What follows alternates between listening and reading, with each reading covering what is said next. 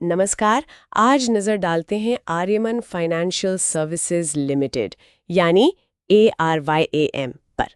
अरे वाह, आज तो ये स्टॉक बिल्कुल रॉकेट बना हुआ है, 10% से ज्यादा ऊपर। हाँ बिल्कुल और नया 52 हफ्तों का हाई भी बनाया है इसने। सही कहा। हमारे पास ना 6 अगस्त 2025 दोपहर का एक लाइव फाइनेंशियल डेटा स्नैपशॉट है।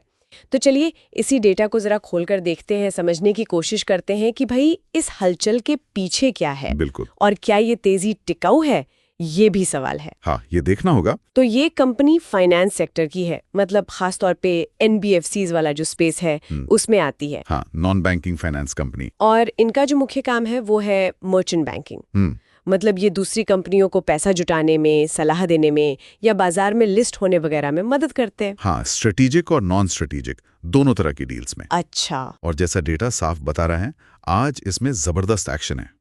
दोपहर करीब 1:13 पर BSE पर शेयर 792 रुपए पर ट्रेड कर रहा था। 792? हाँ, जो कि 77.45 रुपए, यानी करीब 10.5% की बढ़त है एक ही दिन में।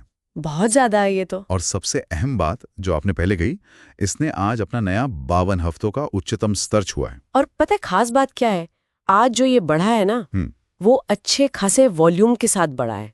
BSE पर वॉल्यूम 5,500 शेयर से ज्यादा दिख रहा है। हाँ, 5,543 बताया गया। तो जब कीमत और वॉल्यूम दोनों साथ बढ़े तो बाजार का ध्यान तो जाता ही है ना? बिल्कुल बिल्कुल। वॉल्यूम का बढ़ना इस मूव को मतलब थोड़ा वजन देता है, थोड़ी कंफर्मेशन देता है। अब जरा इसके स्कोर कार्ड पे भी नजर डाल लेते हैं जो इस डेटा में दिया है। हाँ, वो स्कोर्स। ड्यूरेबिलिटी स्कोर 100 में से 80 है। 80? हाँ, जिसे उच्च वित्तीय मजबूती या हाई फाइनेंशियल स्ट्रेंथ कहा गया है।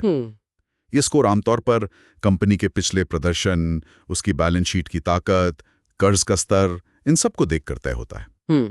तो ये इशारा तो यही करता है कि कंपनी की बुनियाद शायद मजबूत है। 80 का ड्यूरेबिलिटी स्कोर तो वाकई दमदार लगता है, खासकर एक NBFC के लिए जहां वित्तीय सेहत पर सबकी पैनी नजर रहती है। सही बात है। लेकिन फिर वैल्यूएशन स्कोर वो सिर्फ 44.7 है। हाँ, जिसे मध्यम मूल्यांकन कहा गया है। ये थोड़ा सोचने वाली बात है नहीं? बिल्कुल। एक तरफ इतनी मजबूती, दूसरी तरफ वैल्यूएशंस बस ठीक ठाक। यही तो दिलचस्प पहेली है यहाँ पर। और फिर मोमेंटम स्कोर भी है, वो 64.4 है। 64.4, जिसे तकनीकी रूप से मध्यम तेजी कहा गया है।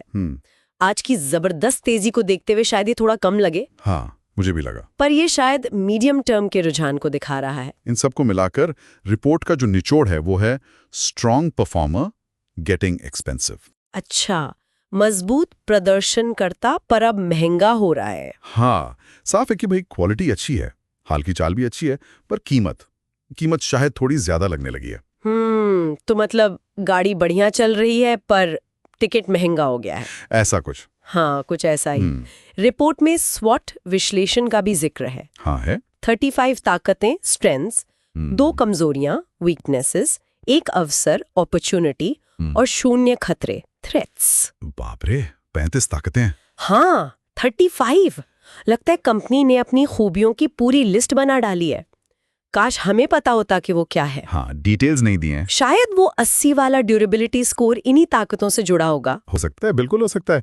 बिना डिटेल्स के कहना तो मुश्किल है, पर हाँ, वो मजबूत स्कोर शायद उन ताकतों का ही नतीजा हो। वैसे एनालिस्ट का कोई टारगेट प्राइस फिलहाल इस डेटा में नहीं दिया गया। अच्छा, कोई टारगेट नहीं है अभी? नहीं, एक छोटा सा पोल जरूर है, लेकिन सिर्फ 9 वोट्स का, बहुत ही छोटा सैंपल साइज है। 9 वोट तो कुछ भी नहीं हुए। हाँ, कुछ खास नहीं, पर उसमें भी करीब 78% खरीदें कह रहे हैं और 22% बेचें। अच्छा, तो रुझान खरीदने की तरफ ही ज्यादा है, भले ही वोट कम हो। हाँ, रुझान तो वही दिख रहा है। और एक बड़ी खबर भी है शायद। हाँ बिल्कुल, एक अहम जानकारी ये है कि कल यानी 7 अगस्त 2025 को कंपनी की बोर्ड मीटिंग है। ओह!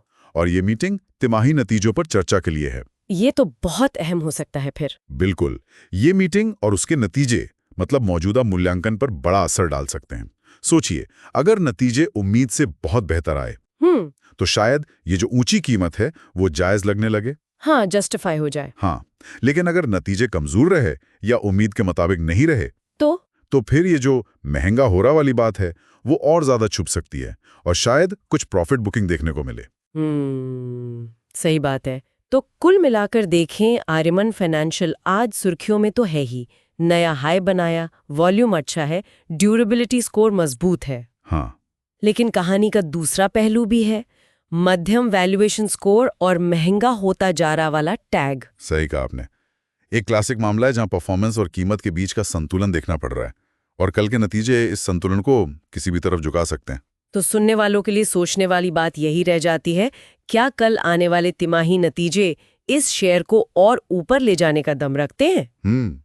या फिर ये जो मौजूदा ऊंची कीमत है, इस पर मुनाफा वसूली का दबाव बनेगा? ये देखने वाली बात होगी। बिल्कुल, कल का दिन काफी अहम रहेगा स्टॉक के लिए।